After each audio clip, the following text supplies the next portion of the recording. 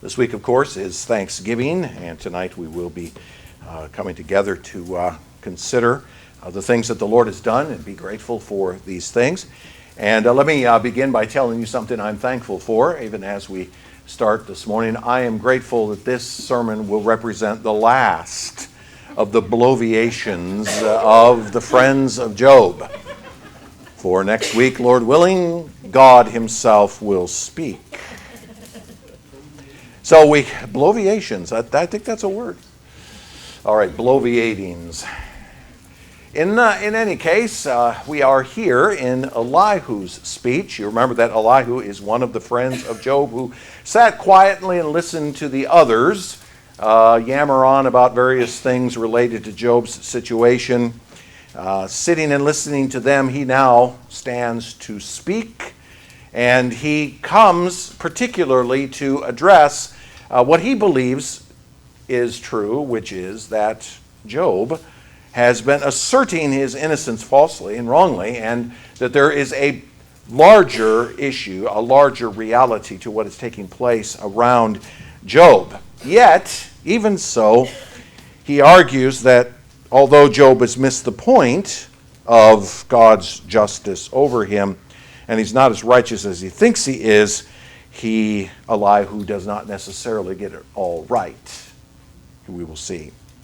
Now, I pointed out, you remember over the last couple of Sundays, that Elihu's speech serves some possible purposes in being included here. It's a very difficult sermon speech to get into the book.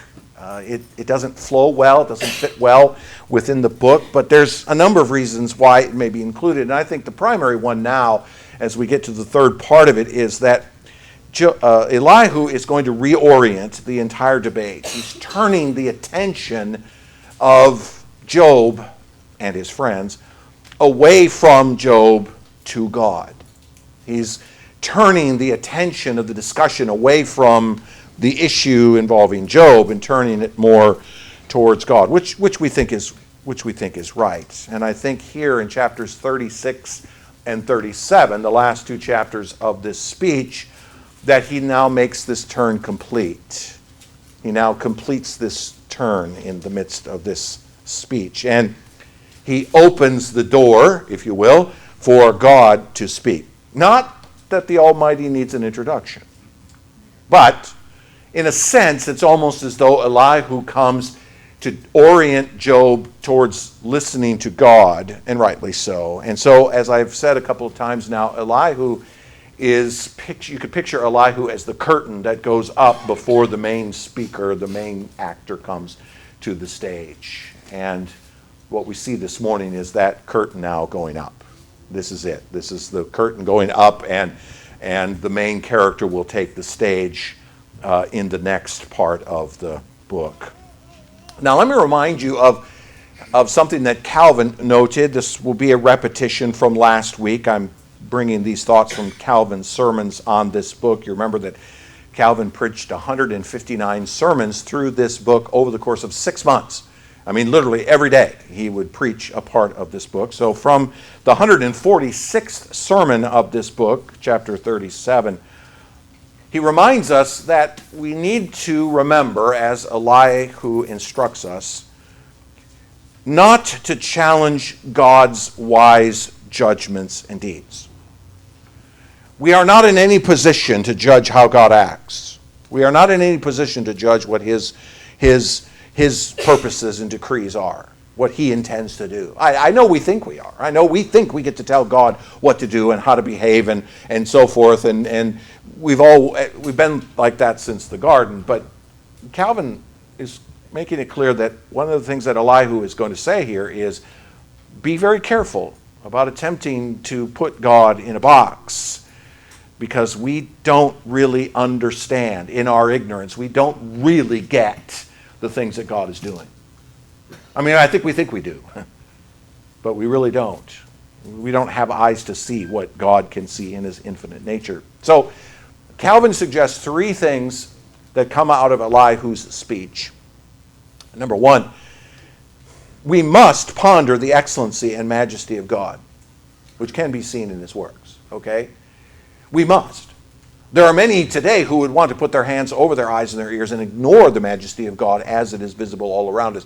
But we who know him must be the first to ponder the excellence and majesty of our Creator.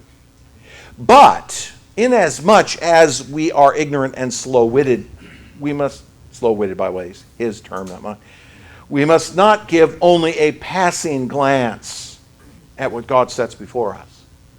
We must think about it. These things are deep. They require thought.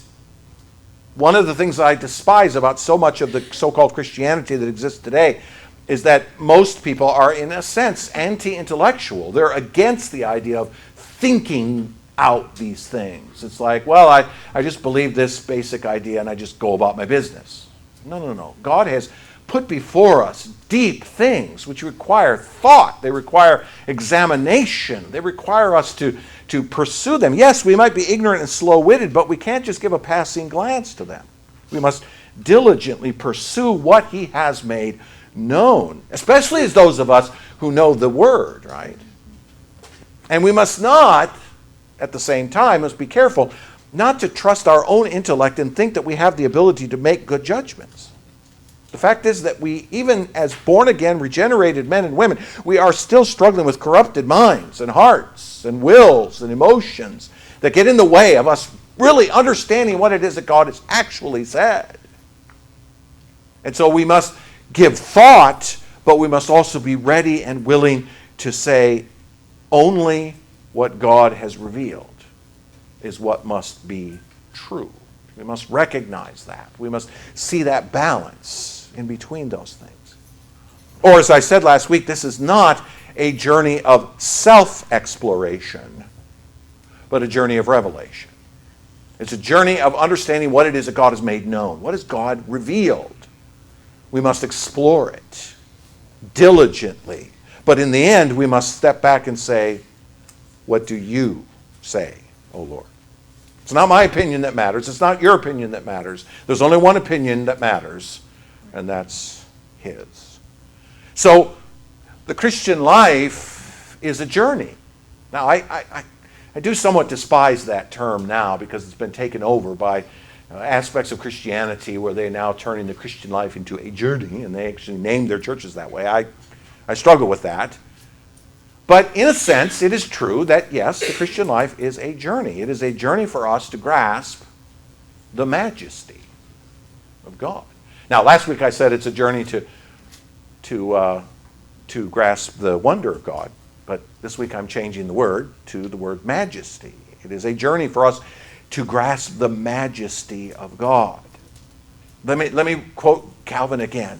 So let us be content to consider, that is to pursue, what we do not understand at the outset of our Christian faith, and let us not be weary in that endeavor. If we have lived for a while in the world and are still learning and have not achieved that perfect, much coveted understanding, meaning of all that God has revealed, let us not lose courage, but let us pursue that endeavor, for we will make great progress if we learn in our lifetime to sense the marvels contained in God's works. We should be a people who see the marvels of God all around us. Our eyes have been opened to that reality.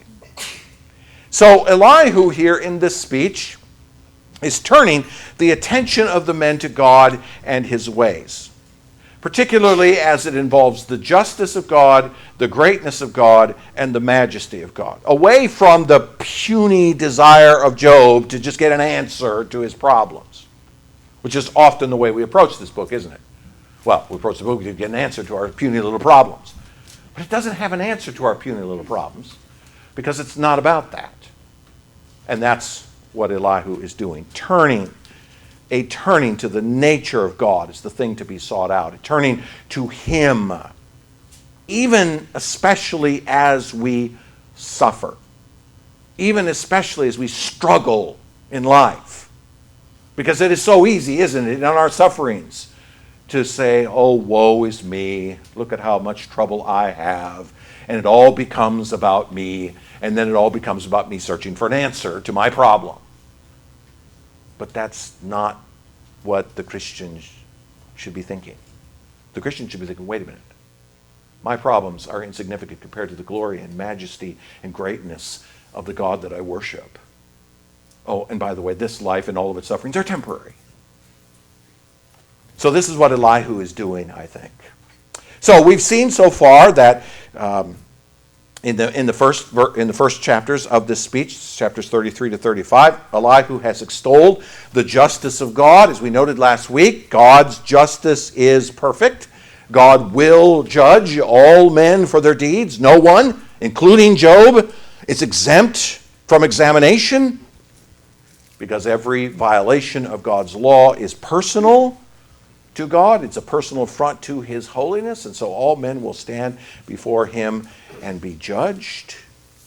Job's protestations of innocence go too far, Elihu decrees, because God is holy and Job will be judged like we all will be judged. Now, we know something, of course, that Elihu doesn't know, and that is that Job is righteous by the decree of God. Okay?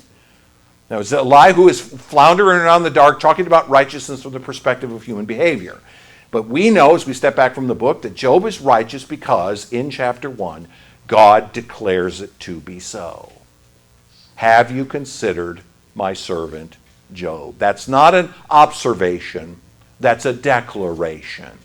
That is God looking at Job and saying, he is righteous by my decree. It is God himself who has put Job forward as just, and it is God himself who vindicates Job through this event. In other words, the story of Job is a picture of men attempting to grasp God. That's what it is. It's a picture of men attempting to grasp God. Elihu elevates God's justice, and rightly so, but misses that it is God himself who justifies sinners. It is God himself who justifies sinners before that awful justice that he possesses. And we know, of course, that it's done specifically in the work of Christ Jesus. That it is Christ Jesus who has come into the world to make us able to stand against this perfect justice that has come. So as we approach Elihu's final words now in chapters 36 and 37, we must remember to do so through the lens of what we know about God's greatness and majesty. Again, we read this book as those living in the 21st century through the lens of all that God has revealed to us, much of which Job and his friends had no knowledge of, but we do. We understand, and so we must read it through that lens. Now, as I said, the first parts of the speech are a defense of God's justice and a defense of God's greatness, but now we come to a defense of God's majesty. Elihu, first, in chapter 36, will once again go back to his original apologetic and say, I do have a right to speak here, all right? But listen to his words. 36, chapter 2. Bear with me a little while, and I will show you, for I have yet something to say on God's behalf. I will get my knowledge from afar and ascribe righteousness to my Maker. For truly my words are not false. One who is perfect in knowledge is with you. Elihu claims here to be speaking to Job on behalf of God himself. When he says, I have something yet to say on God's behalf, he believes that his words are from the very mind of God himself. See that? That's what he's saying. I'm speaking on God's behalf, that he can speak for God even as a man. Now, this is an extraordinary assertion, isn't it? I mean, I particularly like the phrase when he says, one who is perfect in knowledge is with you. I'm not sure I would say that ever. But he does. He does. Now, we might assume by reading these words from Elihu that he's being rather braggadocious, that he's being rather arrogant, that he's being rather presumptuous to speak for God, right? We might make that assumption, elevating himself, in fact, as being nearly God-like, right? I will get my knowledge from afar, right? Or my words are not false, or One who is perfect in knowledge is with you. I mean, those are the kinds of phrases that are like, oh, wow. We might assume, wouldn't we, as we listen to Elihu speak like that he is being rather braggadocious. However, I would point out that Elihu is young, even by his own testimony, right? And he has, of course, all the immaturities of youth in himself, right? Thinking that because he is young, he is smarter than everybody else in the room. And the fact of the matter is he does overstate his position, but let me suggest that he overstates his position to make a point. You look at these words and you think, wow, what an arrogant man. But what if Elihu is actually doing this? What if Elihu is getting the attention of everybody else listening to him and saying, let me speak as though God were speaking to you. Not as though I'm God, but I'm going to speak as though God is speaking through me. The knowledge of who God is can only come from God himself. Agreed? The knowledge of who God is can only come from him. Because even as we've already discussed in previous chapters of this book, it is not possible for all of us to truly understand the nature of an infinite God. Elihu is wanting Job and his friends to think about all this from God's point of view. That's what he's doing. As I said, he's reorienting the conversation. Let's think about this from God's perspective, not from ours. And so he steps up and says, let me talk to you as though God were talking to you. Turning the conversation away from Job and all of his troubles to the greatness and majesty of God, which is precisely, you remember, the point of the entirety of the book. Isn't it? This isn't a book about Job. This isn't a book about Job's friends. This isn't a book about Job's wife. This isn't a book about Elihu. It's not a book about Job's sufferings or what his friends think he's done to deserve these things or how to get out. It's none of those things. What is this book about? In the end, this is a book about God. It's a book about God, for he is the main character in the book. We make the mistake of thinking that because it's named Job, that Job is the primary character. No, Job is one of the characters, a sub-character in the story that is used by the main character to bring about what he desires. This is a book about the nature and glory of God as he reveals himself through persons and circumstances in time and space. You cannot read that heavenly counsel without coming to that conclusion. Otherwise, you are completely blind. This isn't God saying to Satan, I'm just interested to see what you might do with him. That's preposterous. No, God has spoken in order to accomplish something. And so the grander purpose of this book is about him, that is, the Almighty. So Elihu is correct, in essence, to speak for God.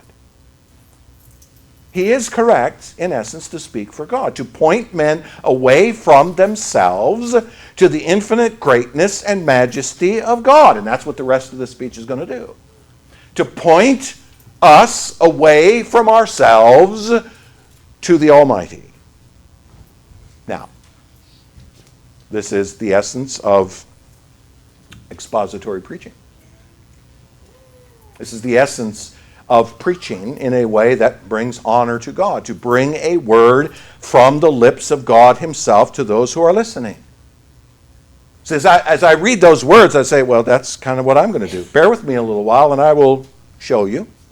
I have yet something to say on God's behalf. Okay, you wouldn't have any problem with me saying that as a preacher to you, right? I will get my knowledge from afar. Where am I getting my knowledge from? I'm not getting it from myself. I'm getting it from afar. I'm getting it from the mind and heart of God as it comes through his word, and ascribe righteousness to my maker. In other words, I'm saying to you, don't listen to me, listen to him. For truly my words are not false. In other words, I'm bringing a word that's true from what God has said in his word, and one who is perfect in knowledge is with you, and that ain't me. The one who's perfect in knowledge that is with you is the Spirit of the living God who empowers the words of the preacher to preach. So you see, none of these words are arrogant. These are words ascribing the reality of what is being said to the Most High. Which is probably the reason why anything other than speaking for God from His Word by the power of the Spirit is not preaching. Okay? It's not. It's not the biblical definition of it. If you're going to a church in order to hear the musings of a man, that's not preaching. That would be precisely this in arrogance. So Elihu says, let me make sure you understand that when I come and speak to you now, as I have been, I am not speaking to you on my behalf. I'm speaking to you on God's behalf. Okay, see what I said at the beginning? This is that turning of the conversation.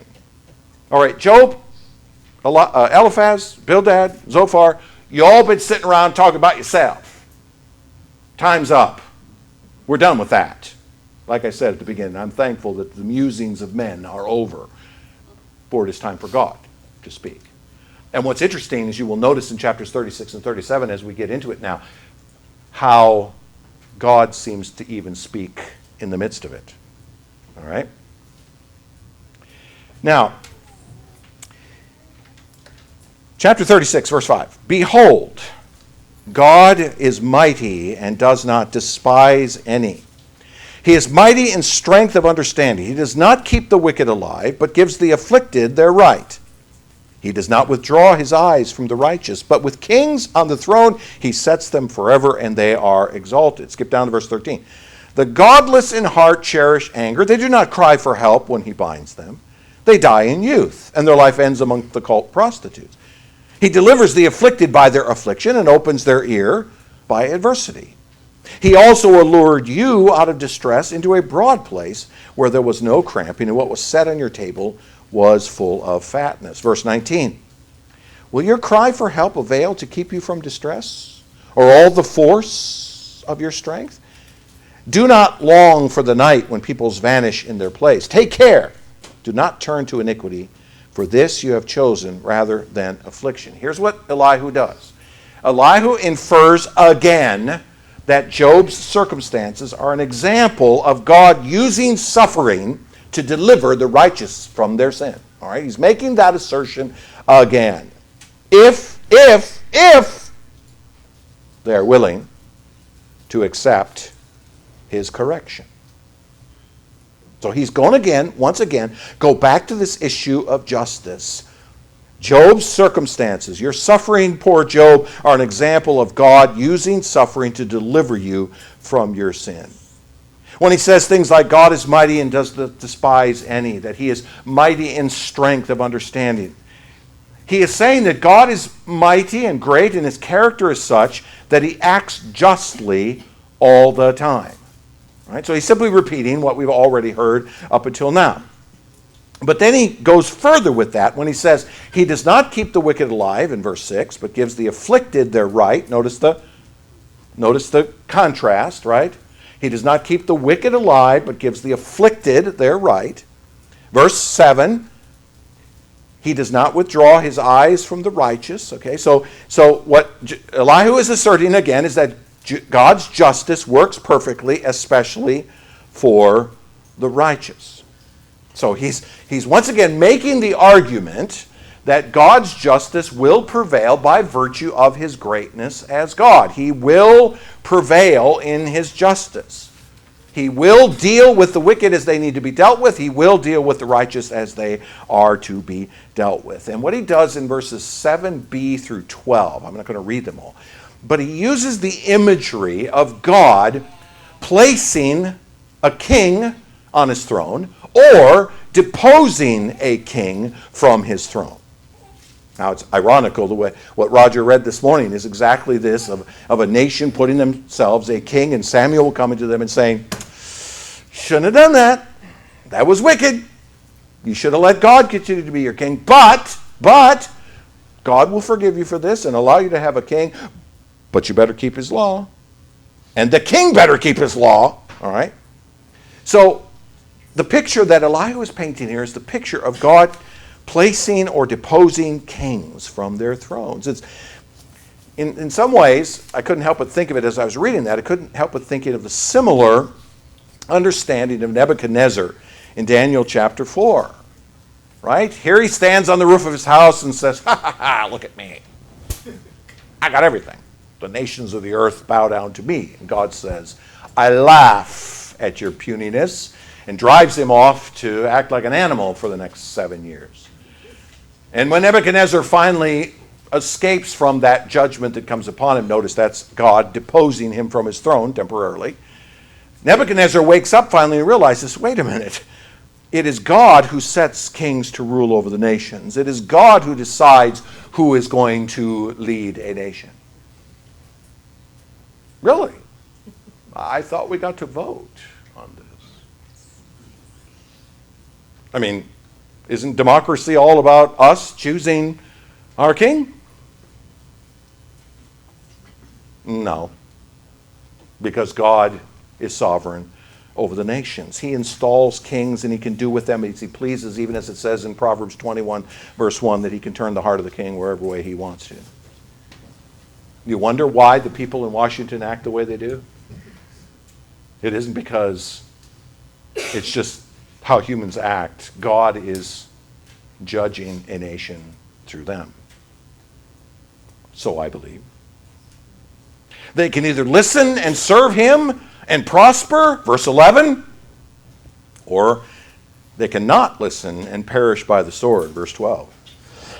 God grants to kings what their behavior towards him deserves. So Elihu is once again regurgitating this idea that God does what he wills with the good and with the wicked, that he deals with both appropriately, even as he does with kings. He sets certain kings and he deposes other kings and so forth. Now, as I pointed out last week, this is a very similar argument to Eliphaz, Bildad, and Zophar, right? Because all the way through all those speeches, those men asserted that, well, men get in this life what they deserve. That was the assertion that they made. All these men looked at Job and said, look, you're getting what you deserve. Because that's what happens. In this world, God punishes the wicked and he elevates the righteous. And because you're being punished, well, the obvious conclusion must be, if A equals B and B equals C, then A must equal C. You are guilty of sin. Repent. Confess before the deity and your suffering will go away. Now, as we've discovered, that's the wrong conclusion to a truism, which is that, yes, God will deal with the righteous and the wicked. In fact, even Elihu himself repeats the idea in verse 14 when he says, the godless in heart cherish anger, they die in youth, versus he delivers the afflicted by their afflictions in verse 15. So he's making a very similar argument, which, by the way, is one of the reasons why this speech is so very hard to put into this book. Elihu seems to simply repeating what the other friends of Job have been saying, even though he's claiming he's saying something different. But it's possible here that Elihu is suggesting to Job that God is, in this situation, using suffering differently than those three men would assert. And that is that he's using suffering to prevent Job from falling into judgment in the future, even as he asserted back in chapter 33. Okay, Job, yeah. Okay, these men have said to you that the reason you're suffering is because you committed some sin. Go repent of that sin, offer a sacrifice to the deity you're suffering, and go away. Elihu says, No. Here's what God is doing. God is putting you in a situation to keep you from falling into the pit. Remember? To keep you from falling into the abyss. So he's using suffering to hold you back, to restrain you from what you might do in the future. In other words, verse 21, take care. Do not turn to iniquity, for this you have chosen rather than affliction. It's not that Job is being punished for his past sins, but as a corrective for the future.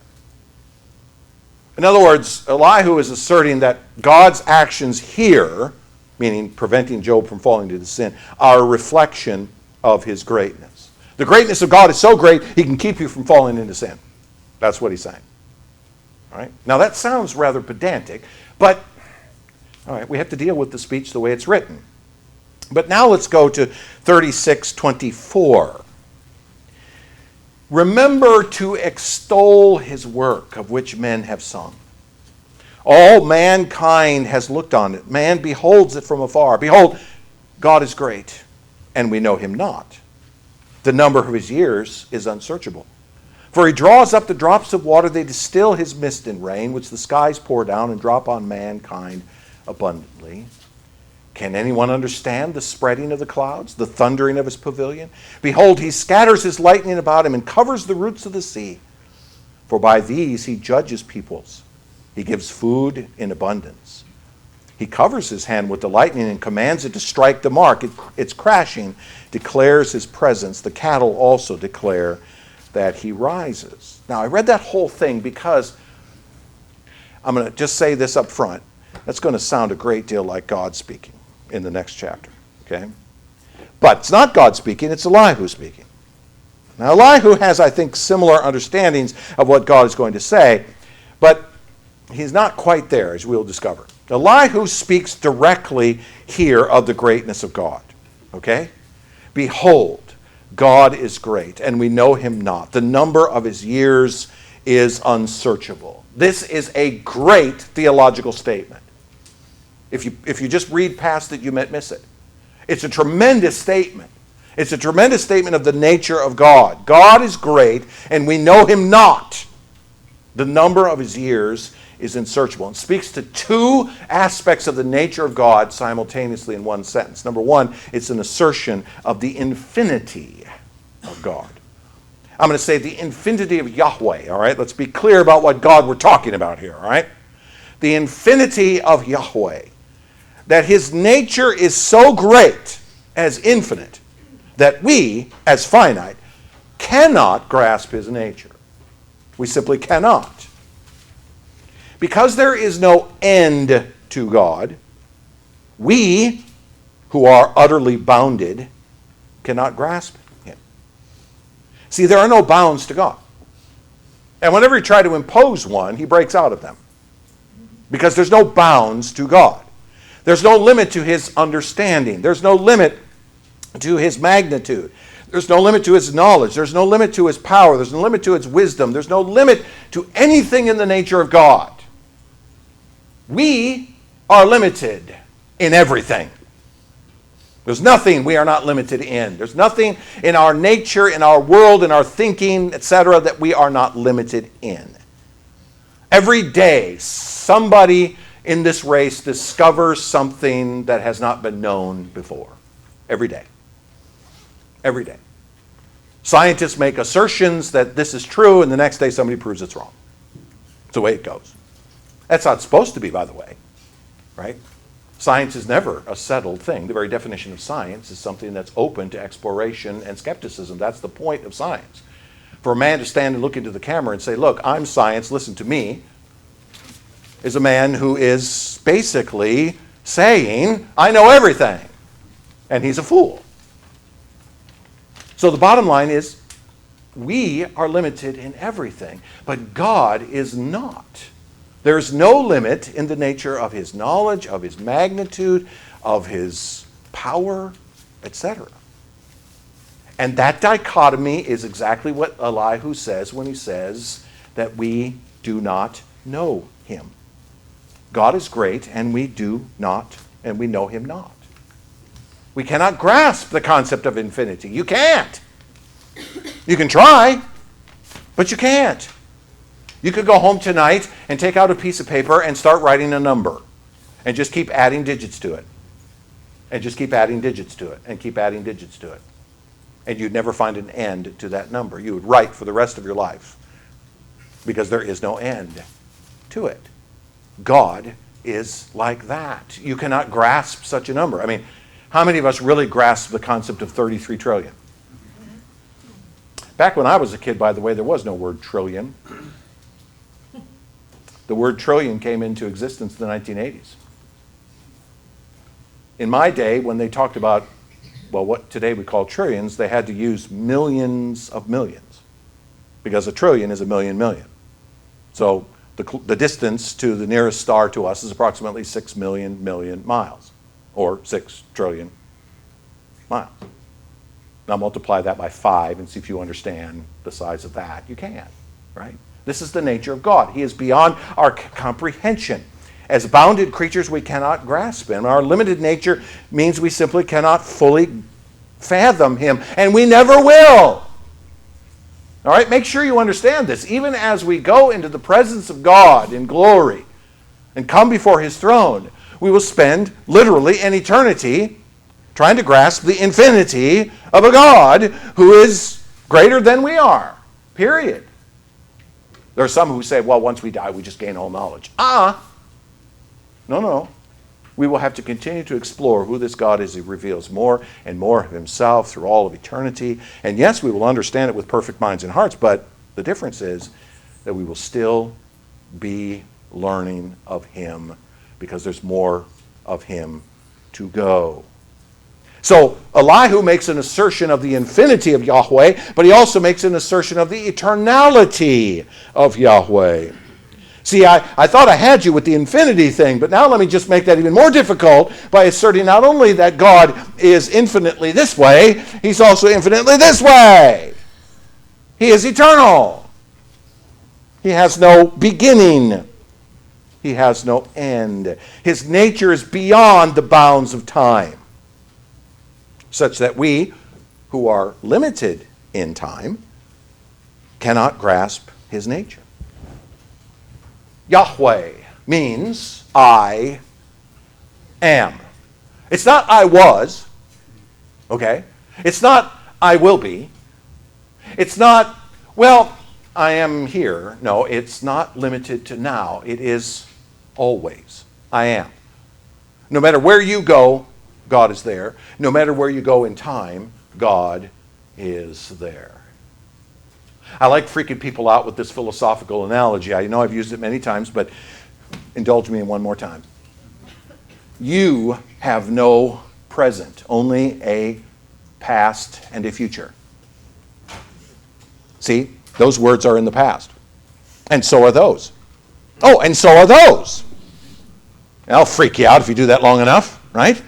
You have no present. Everything is moving from the future into the past across your vision.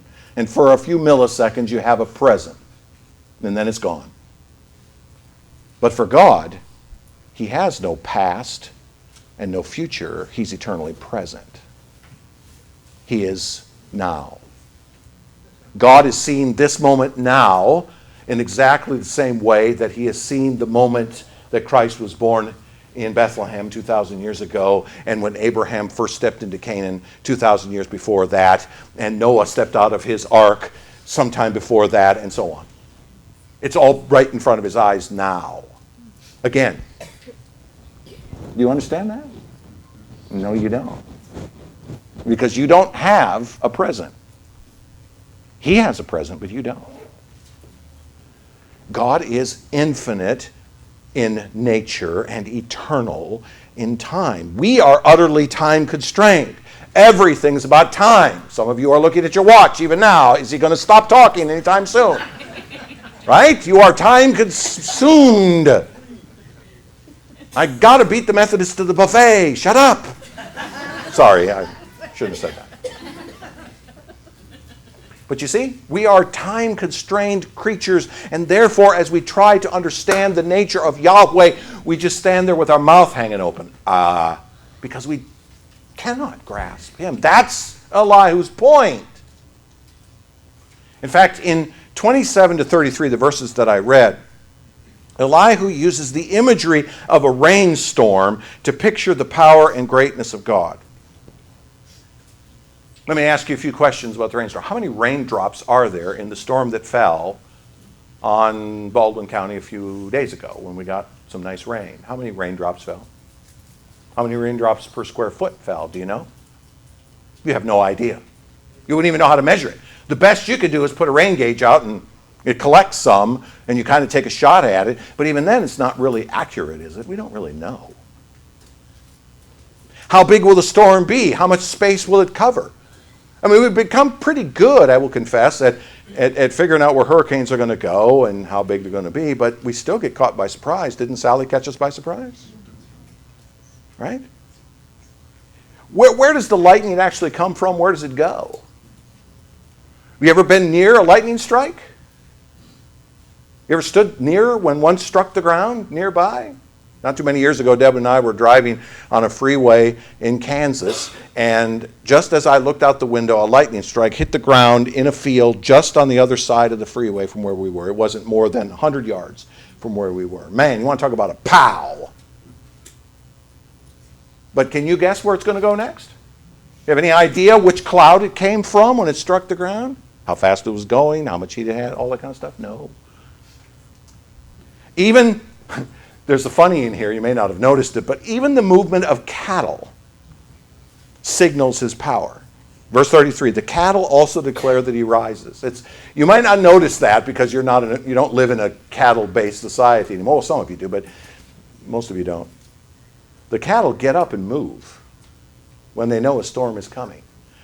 God has given to cattle an intuitive sense of where to go and hide. Sometimes they make mistakes when they do that, and they go sit under trees and get blasted into oblivion. But they generally know where to move. It's somewhat of a funny that he's making. Even the movement of cattle signals his power. What's the point? A storm is something that we really don't understand. We don't grasp it. It's beyond our comprehension. It's something that happens and we see it. But in terms of actually measuring it and trying to understand exactly how it works, we really don't. But that's the point. And he goes on to say, verse 31, for by these he judges peoples. He gives food in abundance. Although rainstorms can be deadly, they are essential for the growing of crops and the feeding of people. A massive amount of nitrogen is released from the atmosphere into the soil when a thunderstorm goes by. And farmers will tell you they need that nitrogen. It's a part of, it fertilizes the ground. It's an amazing thing. So Elihu is speaking of the greatness of God. It's beyond our comprehension. But his greatness is the source of life and death. It's the source of mercy and justice. It's the source of salvation and condemnation. What Elihu is saying is, don't ever ignore the greatness of God. As I said, what Calvin said earlier, right? We must examine the things that God has given to us. God has shown us his greatness by the things that are around us, and we should be pursuing our understanding of them, our recognition of them, if nothing else, our recognition of the greatness of God in the world. In other words, when Elihu turns, he says to Job this. He's saying, God is working through your circumstance to accomplish his purposes. He's working through your circumstances to extol his greatness and to demonstrate his power over all things. So here's my advice, Job. Lean into it. Okay? That's what he said. Lean into it. Now, we know, and there's an irony here. And the irony is based on what we know. It's a perfect truth, isn't it? All of what I just said is a perfect truth. All of what Elihu exposes here is a perfect truth, but it's badly misplaced. The unfortunate reality of Elihu is it's badly misplaced. God is not demonstrating his greatness through Job's response. Right? Elihu says, God is great, lean into it, and God will show his greatness in how you respond. Nope. That's where he gets misplaced. God is not demonstrating his greatness through Job's response. God is demonstrating his greatness in spite of it. God is demonstrating his greatness in spite of how Job responds to what happens. In fact, that's going to be what Job himself admits after God speaks when he says, I'll stop talking now. So Elihu extols the greatness of God, but then he also extols the majesty of God in chapter 37. He moves from the greatness to the majesty. Not much of a difference between those two things. They sound like synonyms, but hopefully you'll see a difference. In verse 1, he says, At this also my heart trembles and leaps out of its place. Hey, good idea. Keep listening to the thunder of his voice and the rumbling that comes from his mouth. Under the whole heaven he lets it go, and his lightning to the corners of the earth. After it his voice roars. He thunders with his majestic voice, and he does not restrain the lightnings when his voice is heard. God thunders wondrously with his voice. He does great things that we cannot comprehend. And the implication is that with his voice. Now, I want to have you notice what he just did there. As you cross from chapter 36 into 37, Elihu turns the storm into God himself. See it? He speaks at the end of 36 about a thunderstorm. Okay, imagine a thunderstorm, a typical thunderstorm. Now, he turns and says, God is the storm. God is the storm. So now he turns lightnings and thunderings from just atmospheric events into the very words of God himself. And in verses 6 to 12, which you can read on your own, Elihu describes a number of weather-related events that are all determined by the sovereign God. Snow, cold, downpours, icy weather, frozen storms, etc., frozen waters and storms, etc. Now, in my ever so humble opinion, the cold nature of this imagery is somewhat contrary to the natural climate that Job would have experienced in southern Canaan. Southern Canaan is warm, arid, desert-like. And so the imagery that Elihu paints here is a bit different than what Job would himself actually experience in normal day-to-day life. And he's probably doing so in order to demonstrate the power of God.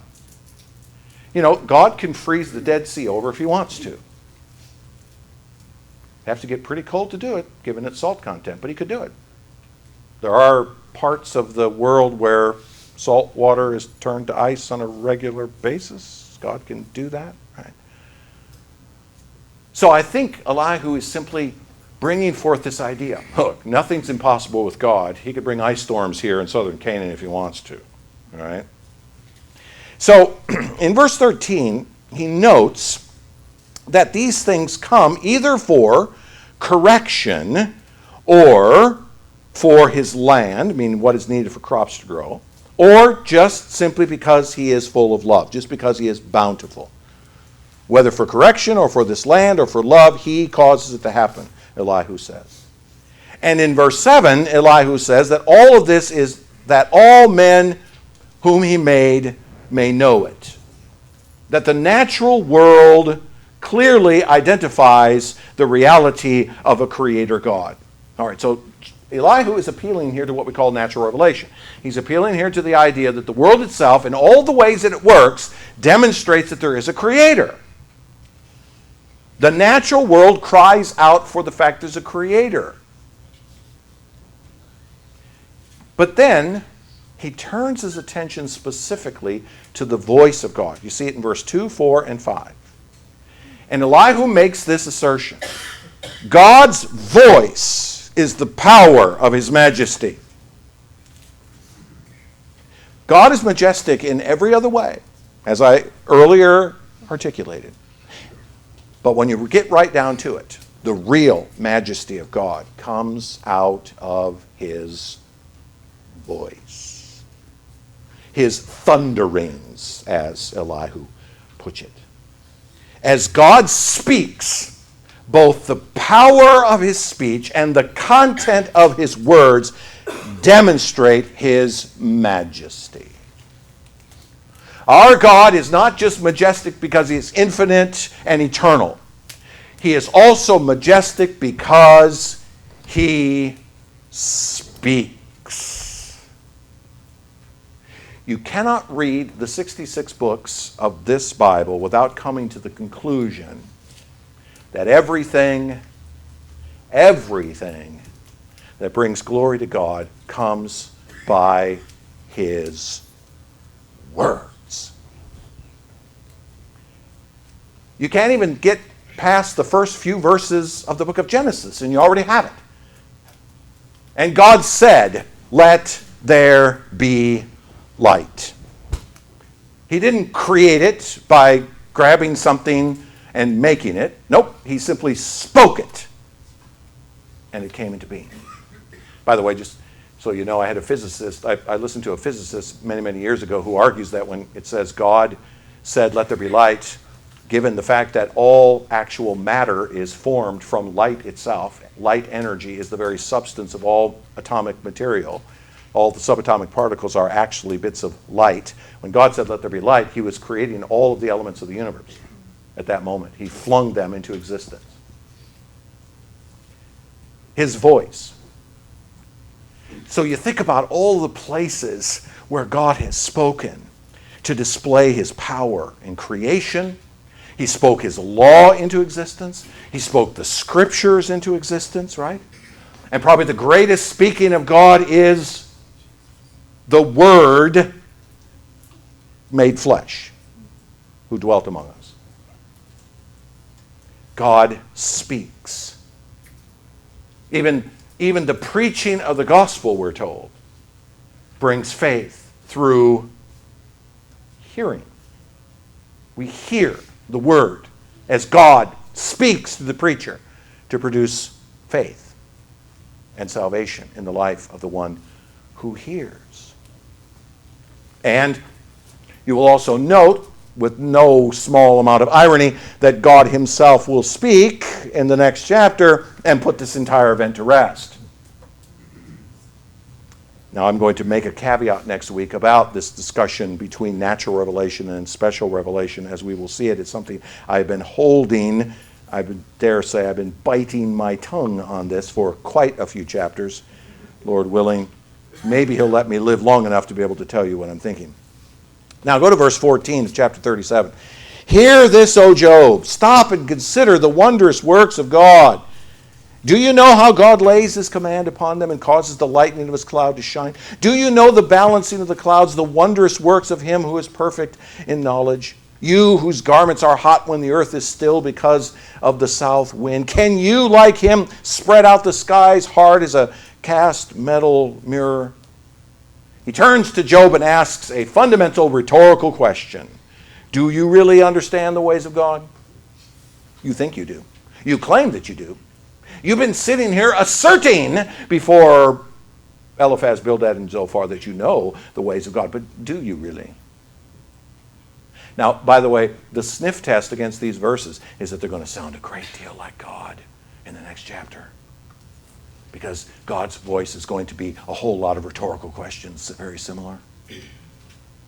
But that's the point. If God can do all these things, who are you to question his ways? If God is just and mighty, who are you to demand answers from God? We've spoken about this in the past, right? We don't have the right to tell God how he ought to operate. We don't have the right to tell God, look, you can't give me cancer. You can't take away all my money. You can't do that. And God says, want to bet? How dare you question me? In fact, now that you question me, I'm going to make it even worse. You get that feeling sometimes? I don't think God is like that, but sometimes we wonder, right?